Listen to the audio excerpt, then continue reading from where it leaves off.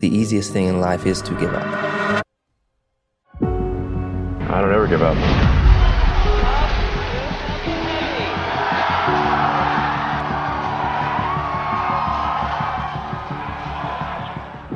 Lately, I've been in a funk. I feel like everything is slipping. I feel like I'm not where I should be. Like I'm not who I'm meant to be. I'm seeing all these other people getting ahead and I'm here feeling like I'm running without ever really moving forwards. I'm on this continuous conveyor belt, stuck in no man's land, stuck in limbo. And I'm tired. This isn't where I was meant to be, or who I was supposed to be. And the deepest feeling that I have is, why? Why am I still here? But in all of that frustration, and in the friction of that pain, a deep, dark part of me speaks and says, is that the best you've got? Have you genuinely given it your all? Did you truly go all chips in? And to be honest, to be really honest with you, a quiet, shameful voice is whispering, no, I haven't. Our society celebrates conquerors and shames surrender, but what if I told you surrender can actually be a powerful, empowering thing? What if by surrendering we actually find acceptance, and in that acceptance we become the conquerors that we're seeking? Now, I'm not talking about giving up, let me be clear. I'm talking about the kind of surrender that is about surrendering to the process, surrendering to the work, the art of being studious. Vedic philosophy talks about this, that when a man sets aside his pride and he abandons his ego, only then can he truly begin with earnestness the journey of self-development and spiritual growth. In other words, when you reach your lowest point, we become open to the greatest change. I'm not surprised that I am where I am, and you shouldn't be surprised you're getting the results you're getting, because what worked for you then, it's not going to work for you now. And amongst the darkness and demons of doubt, what we need to realize is that we are social machines built but also programmed to repeat patterns. And in the early days, these new patterns that we find or adopt, they bring us the excitement of new results. When you do something new, it gives you a new fix, a new result. But over time, these things decay.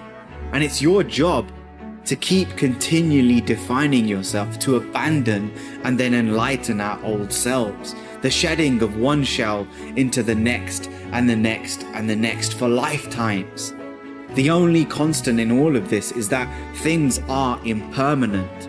So don't hold on to what is. Life is like a river, and the waters that are still, that you are trying to hold on to, are the same waters that crash and swirl around you. So change.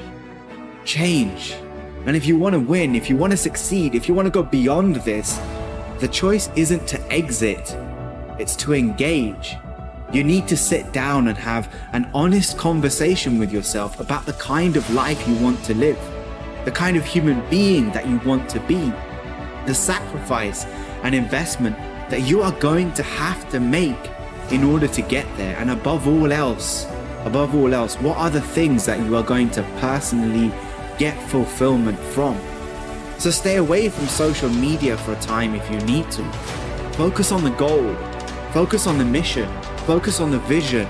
Don't chase things because you think it might mean that people rate you more. I want you to rate you more. I want you to do it for you and nobody else, because that's what real success is. That's a real like. Not the kind that you get from your feed, but the kind that you get from the beating of your own heart, your own drum. And remember, it's okay not to know or to have it all figured out. You don't need a grand map of your reality and your future. Your path, it's made by walking it. So take it one step at a time. Take it one moment at a time. Have micro goals. Sometimes in life you can't see the light at the end of the tunnel, but you just gotta keep moving forward, and I promise you, you will come to a better place. What's the least I need to do to feel cool? What's the least I need to do to be successful? But once I stopped asking that question and I started thinking about really who I could become and really harnessing the human ability to adapt, what people need to understand, humans have become the apex predator, not by being the strongest, not even by being the most intelligent, but rather by being the most adaptive to change. And when you realize all of us are born with nothing, no skills, no knowledge, nothing. We're a lump of flesh that can hardly hold our own head up. We can't take care of ourselves. We shit in our own pants. And our job isn't to be great today. Our job is to build ourselves brick by brick. And that is what separates the truly greats from everyone else. They're willing to put in that hard work. They're willing to reframe the question from what's the least I can do to what's the most I can bear. And when you're looking at yourself on that long timeline, when you're saying, what can I accomplish over the next 10 years? What is the amount of suffering and back-breaking work that I'm willing to put in and endure in order to become something extraordinary? That's the key, is you actually have to perform. It's not about convincing someone else that you're cool or looking good on paper. It's about actually delivering a result. It's about actually becoming capable of the extraordinary. But you have to understand the way the mechanisms, the very anatomy of the human works. And it works by building things up brick by brick. It works by starting out terrible at something, incapable of something, and being willing to put in the work to grind it out to become that. And when people can move beyond the words, when they can move beyond that bullshit, trite stuff that people say, when they can transcend that and see what it means to actually put in work, to actually get good at something, to really think about improvement. Everybody just wants to see this shit come back to them. They want the fucking heavyweight of the ring. They want the jewels. They want the riches. They want the house, the cars. But fuck all of that. Want the performance. Want to be great. Want to look at yourself and believe in who you've become. And even more importantly, if there's no one around to look, if there's no one around to impress, do I still push? And if at that point I'm still willing to push, if at that point in that circumstance I still want to be something and I still want to wring the potential out of myself and I want to actualize that potential, I want to actuate it, I want to actually do something with it even when nobody's watching, then I'll be proud of myself. Then I know I'll accomplish something, because that's real. That's beyond the bullshit. And that's where people have to get if you really want to do something. Stop worrying about the echo and start worrying about the shout. Believe in who you can become tomorrow, and let every day until the day you drop be about wringing that potential out of yourself. Be about building something and becoming something, brick by brick. Putting in that day-to-day work of building something, of becoming capable of something today that you weren't capable of yesterday, of asking yourself how far you can go, of becoming obsessed with that process and no longer thinking about the end.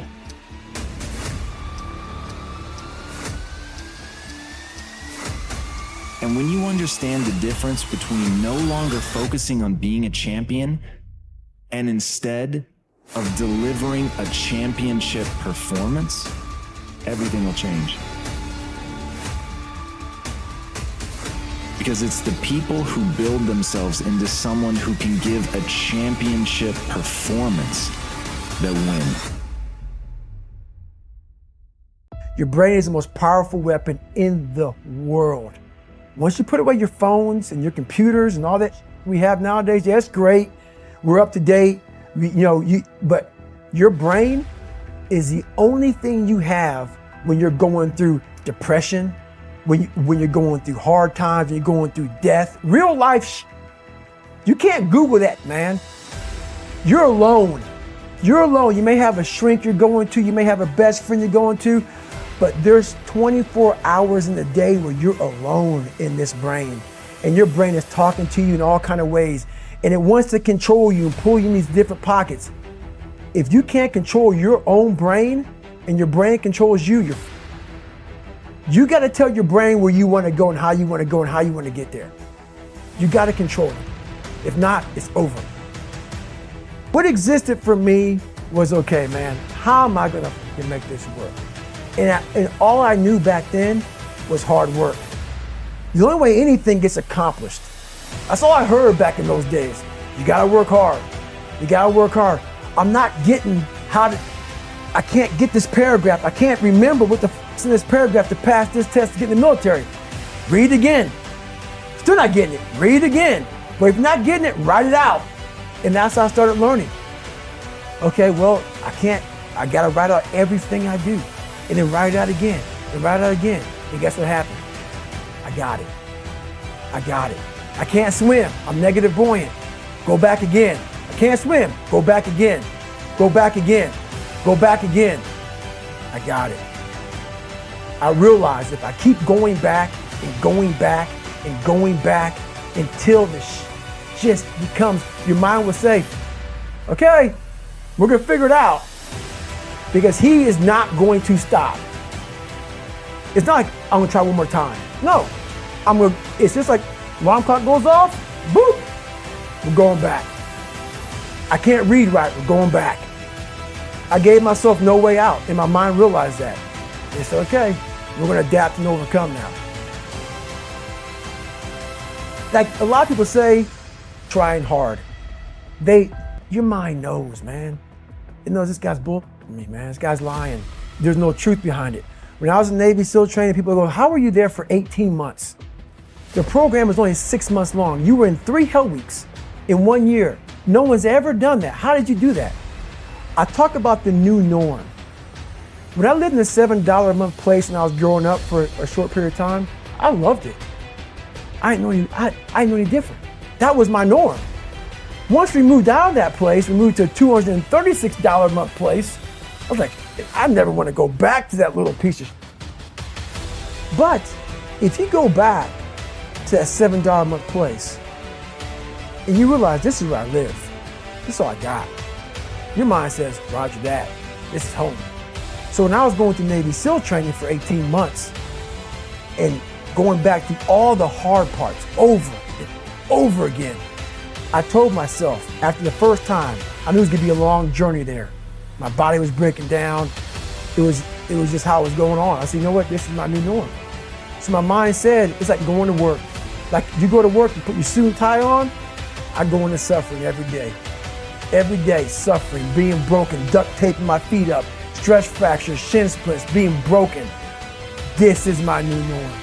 And your mind says, if we're not broken, this ain't normal.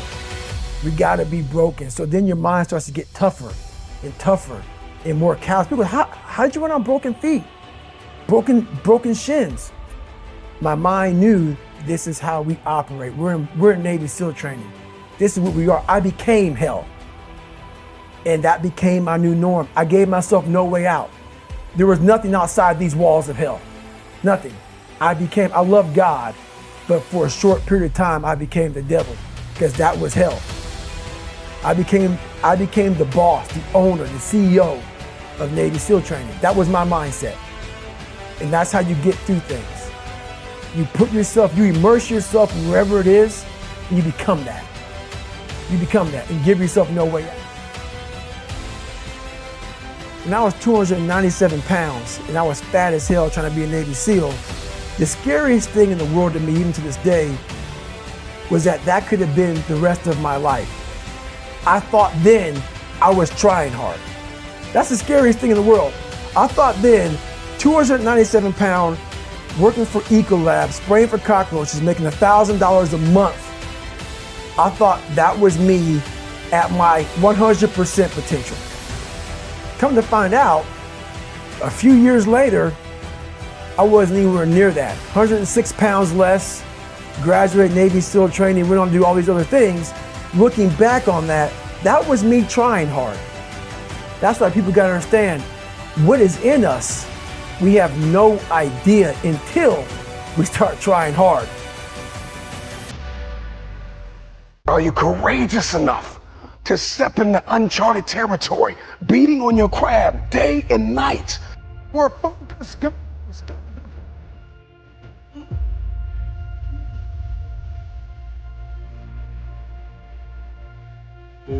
Too much energy into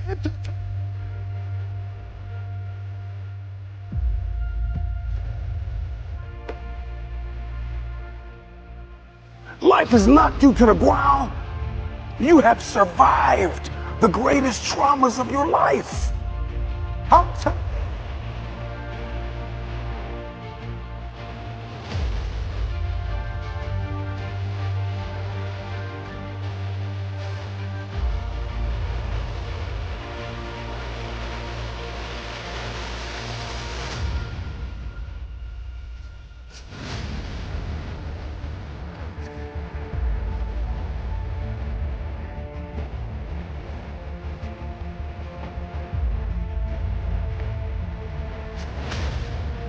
can you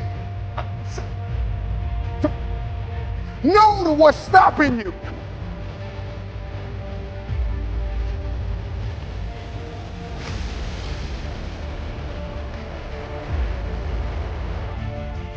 Why are you here? And what are you going to do about it? Because the truth of the matter is,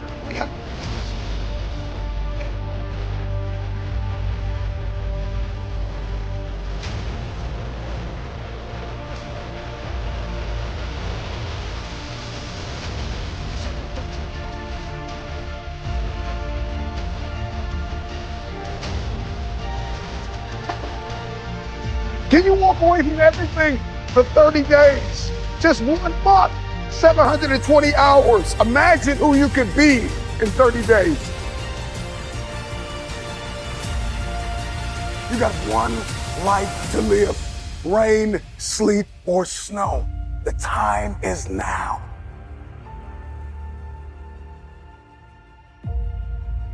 I got 3 words for you. Shut it down. Log out of the social media.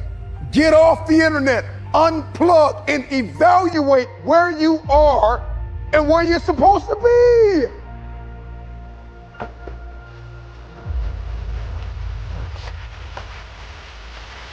Things, and I don't think you've got questions. Consider. Yes, the purpose.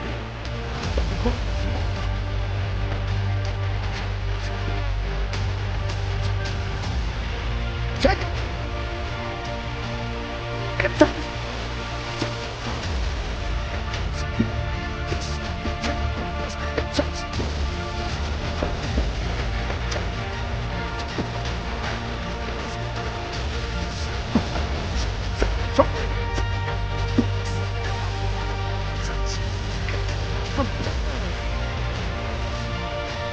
First person that needs to be influenced in your life is you. It's you. You can't lead anybody. You can't go anywhere unless you have awakened yourself on the inside to follow a specific plan. Write it out. I need you to disappear. Life has knocked you to the ground. There are people that have tried to bury you alive, and you survived. Are you bold enough? Are you radical enough in your hunger and your thirst to go after what it is that you believe is yours? Are you crazy enough? Are you courageous enough to disappear for 30 days, come back and shock the world? Can you suffer now that you live the rest of your life a champion?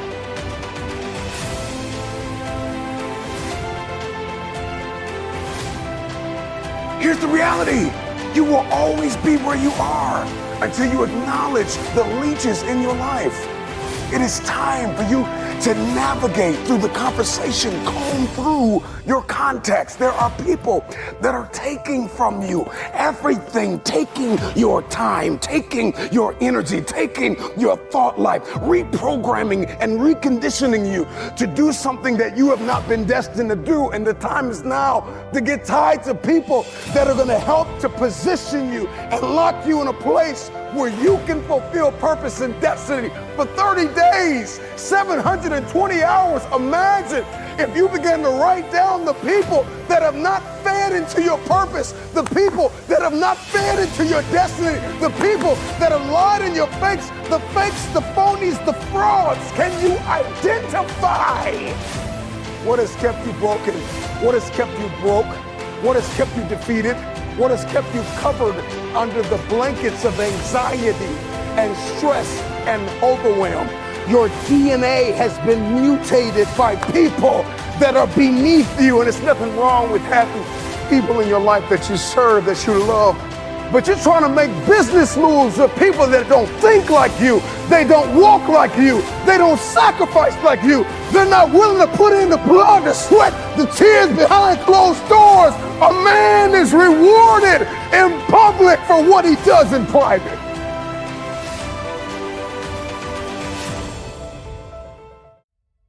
Take full responsibility for your life. Accept where you are and the responsibility that you're going to take yourself where you want to go. We have two primary choices in life. We can either accept conditions as they exist, or we can take the responsibility to change them. Well, you should be afraid of taking risks to pursue something new. But you should be more afraid of staying where you are if it's making you miserable. Focus are born with nothing, no skills, no knowledge, nothing. We're a lump of flesh that can hardly hold our own head up and can't take care of ourselves. And our job isn't to be great today. Our job is to build ourselves brick by brick. Always having the end of the movie in my head and then filling in the script. I just had to write the script, and the script might change. There might be, call an audible, and you have to rewrite the script, but the end of the script is always the same. Self-doubt, worry, procrastination, overthinking, analysis paralysis, fear. Those are all thinking patterns that are habits. One of the most important things that I want people to understand is that you're actually not a worrier, you have a habit of worrying. If you're not defined by a vision of the future, you're left with memories of the past. And people literally believe in their past more than they believe in their future. That's why they talk about their past more than they talk about their future. People romance their past, more in love with their past than they are in love with the future. And people who actually create amazing things in their life just were more in love with their future, and they kept it alive in their mind. It's a luxury to pursue what makes you happy. It's a moral obligation to pursue what you find meaningful. And that doesn't mean it's easy. It might require sacrifice. Still time on the clock. It's that one experience. You think, oh man, I would never see myself doing that. But the courageous people, they do that. Yes. Yes, you can. A lot of us are sitting around waiting to feel ready, waiting to feel courageous, waiting to feel confident, waiting for the right time. And that's not ever coming, ever. Is that, yeah, motivation is great if you feel motivated. It's a losing bet to wait to feel ready. I want everybody to understand that, first of all, you can't control the things that trigger you and the fact that you're going to feel afraid and you're going to feel doubt and you're going to feel uncertain. But you can always interrupt that feeling and take control in the moment and actually shift what you're thinking and shift how you behave.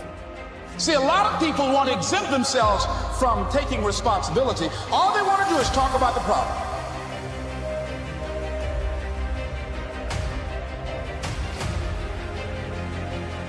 You want to take responsibility for your life. I got me here, I can get me out of this.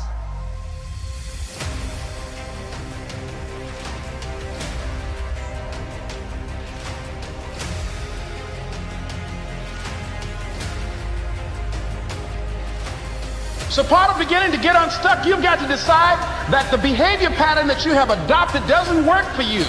You've got to change your strategies, and changing your strategy means reinventing your life. You don't want to be secure, you want to be strong. And you get strong by taking on optimal challenges. And so you lay out your destiny in the world and you take the slings and arrows of fate. And you make yourself stronger while you're doing so. And you might fail, and fortune might do you in. but it's your best bet. Cause is greater than effect. When people live at cause, what do I mean by that? Well, you know someone is living at cause in their life when they have the results that they want.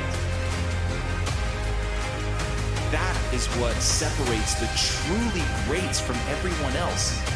They're willing to put in that hard work. They're willing to reframe the question from what's the least I can do to what's the most I can bear. And when you're looking at yourself on that long timeline, when you're saying, what can I accomplish over the next 10 years? What is the amount of suffering and back-breaking work that I'm willing to put in and endure in order to become something extraordinary? That's the key, is you actually have to perform. You're paying a price by sitting there being miserable. You might say, well, the devil I know is better than the one I don't. It's like, don't be so sure of that. The clock is ticking. And if you're miserable in your job now and you change nothing, in 5 years, you'll be much more miserable and you'll be a lot older. Once you get over the fear of being embarrassed, no one likes to be embarrassed. But once you get over being scared of being embarrassed, it's super liberating. And it allows you to go into lanes that otherwise you wouldn't go into. And when rock bottom hits, you don't have to hit with a thud. Oftentimes when you hit bottom, you bounce. And that's where I think the power is. When the world feels upside down, you always have the power to make it right. When one chapter ends, you always have the power to write a new one. When, you feel like nobody loves you, you have the power to learn how to love yourself. When you are forced to pause and get present and to slow down, you are reminded of what's actually important. A resilient person is capable of standing up to things in the face of fear and moving forward voluntarily, convinced of their own competence and ability to prevail. Starting out terrible at something, incapable of something, and being willing to put in the work to grind it out to become that. And when people can move beyond the words, when they can transcend that and see what it means to actually put in work, like really put your head down and do the deep work of getting good at something and getting away from all the bullshit of people's judgments and really just turning inside and wanting to get good, of asking yourself how far you can go, of becoming obsessed with that process. You can decide that you're going to change. You can decide that you're going to stand up to life. I'm in charge here. You can decide, I'm going to work on myself and develop myself. I'm going to empower me. What it means is to sacrifice whatever is necessary to get it. Sometimes you need to feel the pain and sting of defeat to activate the real passion and purpose that God predestined inside of you. You would rather find purpose than a job or a career. Purpose crosses disciplines. Purpose is an essential element of you. It is the reason you are on the planet at this particular time in history. We've been told two lies in our life. The first lie is, you're nothing. You're not worth anything. You haven't got anything. That's the first lie. The second lie we've all been told is you can be anything. It's a lie. It's not true. The way we're wired defines what we can do with that wiring. And therefore the truth is, you can't be anything you want, but you can be everything you are.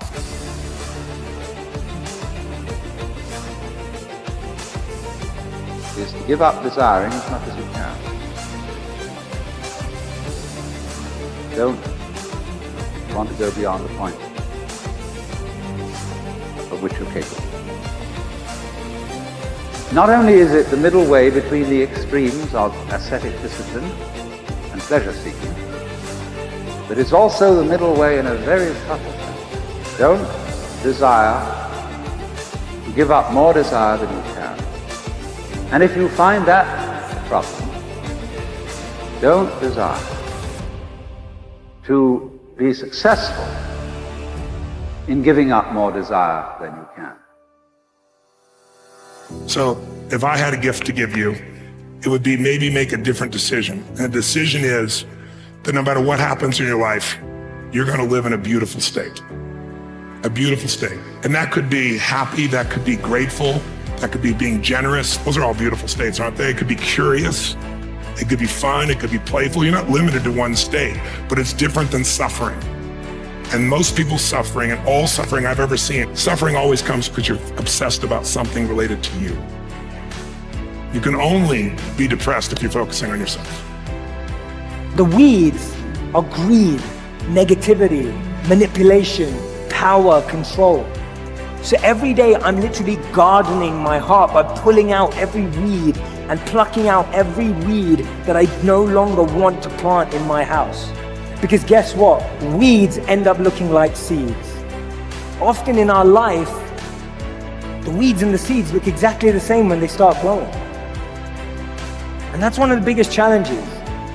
We're wired for generosity, but we're educated for greed.